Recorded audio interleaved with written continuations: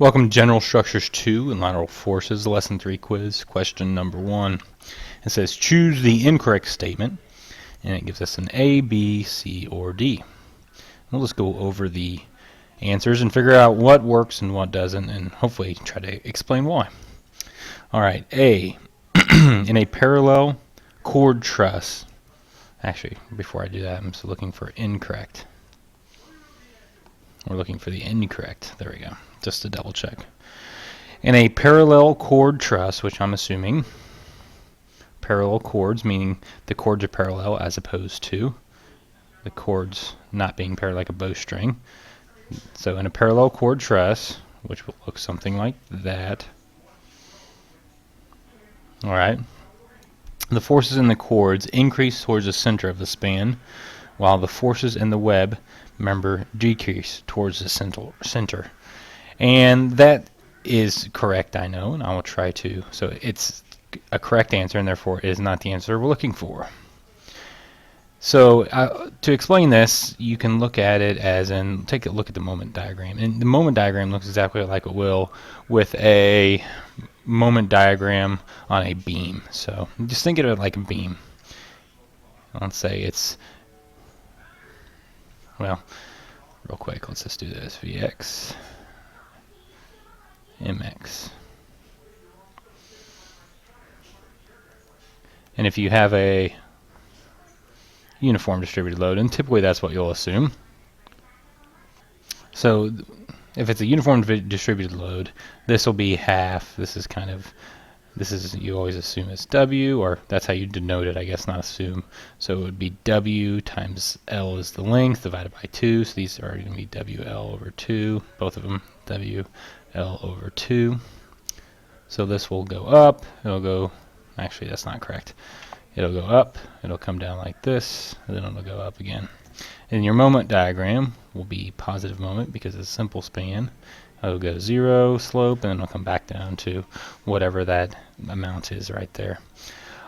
So if you look at it, this chord forms a moment couple. So you're going to have right there, and you're going to have right there. And if you take the arm, if you take one of these forces, the internal forces times that distance between the two arms, you will get this moment right here, whatever it is. So it actually increases right here. These will be like zero force type members on the ends.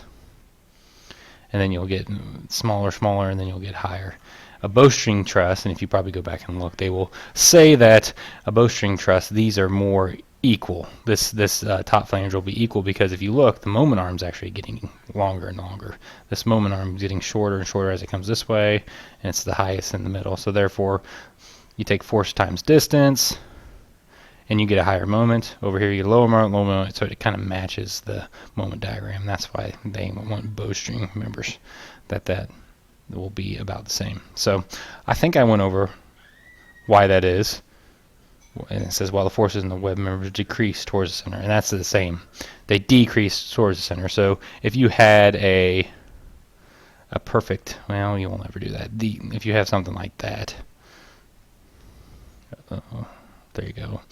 It would be more 0. The shear is 0. So the shear is 0 in the middle, and that's why the web members' forces are 0. All right, I think hopefully you understand what I'm trying to get at there.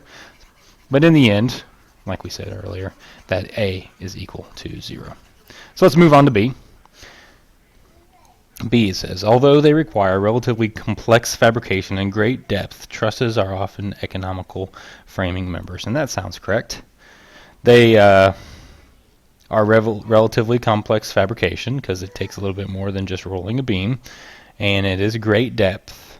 They usually are a lot deeper than if you have a full web because they need a little bit more stiffness with that depth, which is usually a good thing that you want depth. But then again, it's hard to, if you're making a depth for like a floor section, for instance, you don't want to have a 10-foot floor section because then you're just wasting space.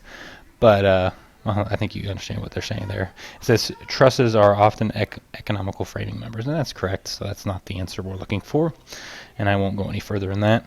We'll go to C. It says in a bowstring truss, Where the depth varies from a minimum at the supports to a maximum at the midspan, the chord forces are relatively constant across the entire span.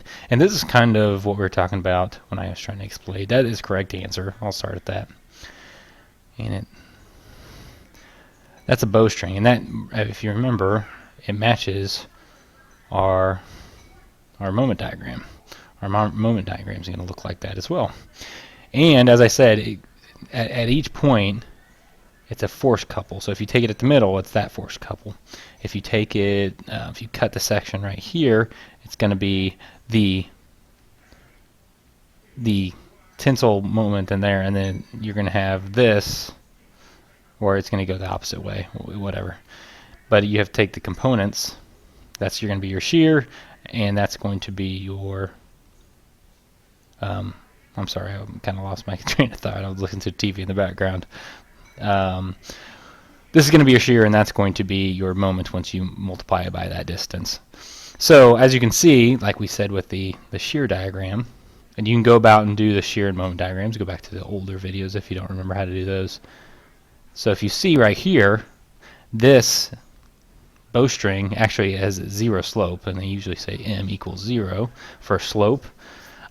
This is also m equals 0 on that, and I'm saying m for that bowstring. If you look at it like if you take tangent section of that, at this point it'll equal 0, and therefore you don't have, if you were to cut it, you wouldn't have a y component. You would just have an x component and this x component down here on your lower chord.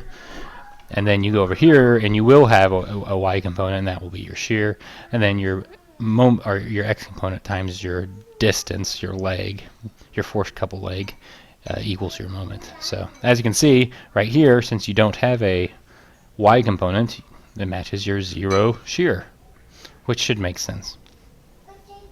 Alright, and so our answer should be D, but let's go ahead and check out and see if that's that it doesn't make sense and that we didn't screw something up. Or I didn't screw something up, you did nothing wrong. Anyways, the optimum depth to span ratio of a truss is about 1/20. And we're assuming that's incorrect, but it's something you just have to memorize. What is the optimum span ratio? Approximate, of course. 1/20 would mean, well, you have, that's depth of span, so you have, let's say, 200 foot and 10 foot deep. 10 foot deep, 200 foot.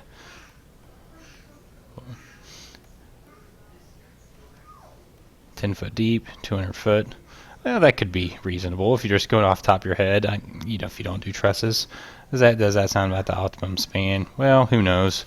But you can go to page 61, and if you look on the right column, about the first paragraph down, that's the new starting paragraph. You go about halfway down. It says the optimum depth to span ratio of a truss is about 1/10, and this is one of those things you have to memorize. So this is no, and therefore this is our correct answer. The answer we're looking for, which is our incorrect answer. So the answer to question number 1 is D.